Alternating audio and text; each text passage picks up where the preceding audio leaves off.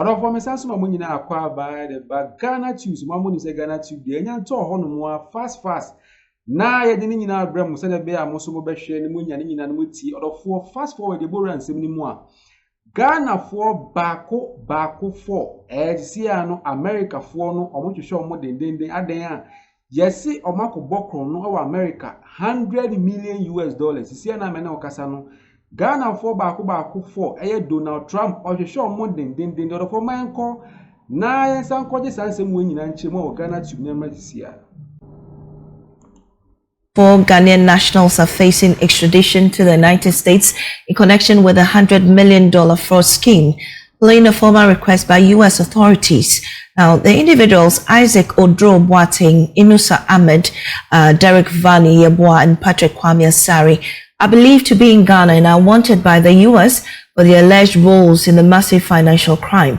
Minister for Interior Muntaka Mohammed Mubarak has signed an official order authorizing their arrest. And on that particular statement, it says, whereas a requisition has been made by the diplomatic representative of the United States of America through the Ministry of Foreign Affairs and Regional Integration to me, the minister, to whom the president has assigned functions under the Extradition Act 1960, Act 22, for the arrest of Isaac Odro Boateng, Inusa Ahmed, Derek Vani Yeboah, and Patrick Kwame Asari, who are all Ghanaians. And whereas they said Isaac Odro Order for what in some na course, yes, Ghana for baako 4.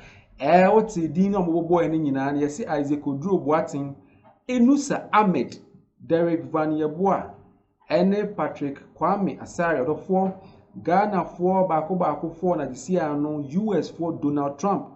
Ohwehwe omo dendenden ansi amena okasa na yesi den no ma ya yesi omo boko no fraud any scam sika twitwidie $100 million ena chese omo scam amount for fraud pan kese pan Ghana for baako 4 ena disi amena okasa no Donald Trump ehwehwe omo dendenden ameso meji ni nyina brɛw wo Ghanatube for manko na santu ansem no so ma disi a wo Ghanatube so Boateng, Inusa Ahmed, Derek Vani Yeboah.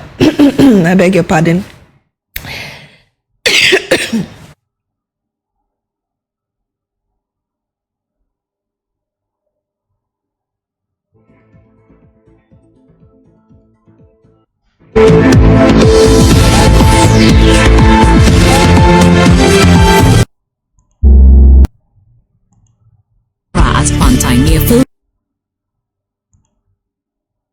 Cost the state over $4.8 million annually. He accused former employee Fred Boateng of diverting consular fees to his accounts through a private website, bypassing official embassy channels. The scheme, uncovered by an audit team, led to the temporary closure of the embassy. He emphasized that the government is taking action to recover the lost funds and hold all parties accountable. There's more in the following report. Biden encountered a backlog of over 2,300 visa applications. And I'm sure that honorable members have seen a number of videos about frustrations being expressed by visa applicants at the Washington Embassy. Mr. Speaker, there was also no structured filing or tracking system in place, compounding the issue. An average of 350 new applications were being submitted daily. The situation was highly disorganized and required urgent intervention. Mr. Speaker, I arrived at the mission on 1st June 2025 to personally assess the situation on the ground. During my visit, I held meetings with both local and home-based staff, where I clearly conveyed the government's position on the matter. I underscored that Mr. Frederick Boateng, the principal suspect in this case, along with any accomplices, will be held fully accountable under the law.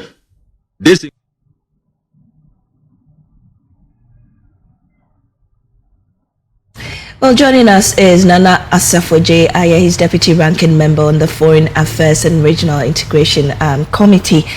Nana, what do you make of the decision taken by the Foreign Affairs Minister and also the issues ongoing about the scandal? Okay, so thank you very much. I'm grateful for the opportunity. I mean, my position and that of the minority's position is not new. We've been on this matter for some weeks or months now. We do not have any problem with the minister trying to probe, inquire, ensure discipline, sanction people who have done wrong and all that. We don't have any issue. In fact, yesterday, the ranking member simplified everything that the minister stood there to talk about. Everything. This has to do with a staff of the embassy privately engaged in a contract with the same embassy he works with. And that is why we have all these issues. So some of us, we have our own issue and position on this matter. That's why we have requested for the report. But the point is that we encourage the minister to go ahead and do his investigation and probe. And then the necessary sanctions that is due anyone or anybody in this whole issue should be meted out. But our problem is simple. Our position is simple. That this issue, the issue we came to read and talk about or brief parliament about, did not warrant the closure of an embassy. No, it never warranted the closure of an embassy. That was not a good grounds to say you have closed an embassy. And we made the point clear that the closure of the embassy has caused Ghana a lot of problem than good. And that is our position. Well, we emphasized it again on the floor of Parliament yesterday.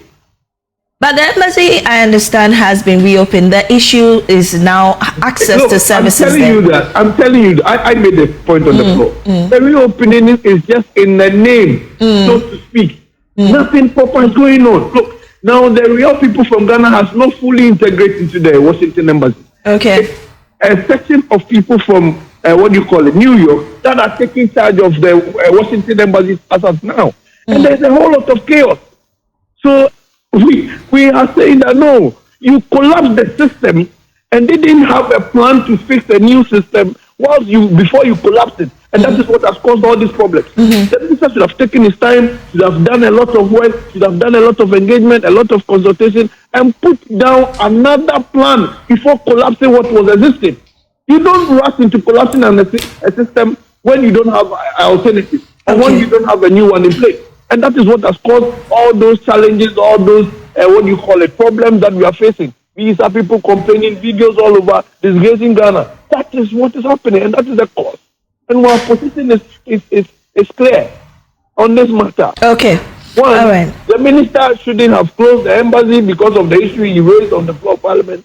Two, even before closing the embassy or doing that, you should have had a system in place before that decision was taken. You had no system, you had no backup plan, you have nothing. Then you went ahead and closed the embassy. All right, we'll have to put those questions to the minister or someone in government. Thank you so much for joining us on News Desk. We'll take a break and return with business. When I say my course, I'm beginning in our Ghanatube. What of what you say? To see how many occasions Ghana for back for. And I say, see, Donald Trump or show more than our American main one. Then, no, my say fraud and it's scam. $100 million, case your pan at just my fraud amount for. You see how many occasions Donald Trump or show more than and in your break pan to say, a barbecue or Monte Ghana for. You see, you release the for 4 way. Now, Munko Pimu America, me Munko Fisi charges, case your pan or 4 way. And then, semi cost of my call 9 and 7 so much this year.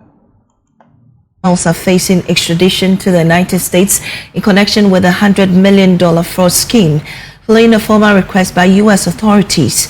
Now, the individuals Isaac Odro Boateng, Inusa Ahmed, Derek Vani Yeboah, and Patrick Kwame Asari are believed to be in Ghana and are wanted by the U.S. for the alleged roles in the massive financial crime. Minister for Interior Muntaka Mohammed Mubarak has signed an official order authorizing their arrest. And on that particular statement, it says, whereas a requisition has been made by the diplomatic representative of the United States of America through the Ministry of Foreign Affairs and Regional Integration to me, the minister, to whom the president has assigned functions under the Extradition Act 1960, Act 22, for the arrest of Isaac Odro Boateng, Inusa Ahmed, Derek Vani Yeboah, and Patrick Kwame Asari, who are all Ghanaians. And whereas they said Isaac Odro Boateng, Inusa Ahmed, Derek Vani Yeboah, I beg your pardon,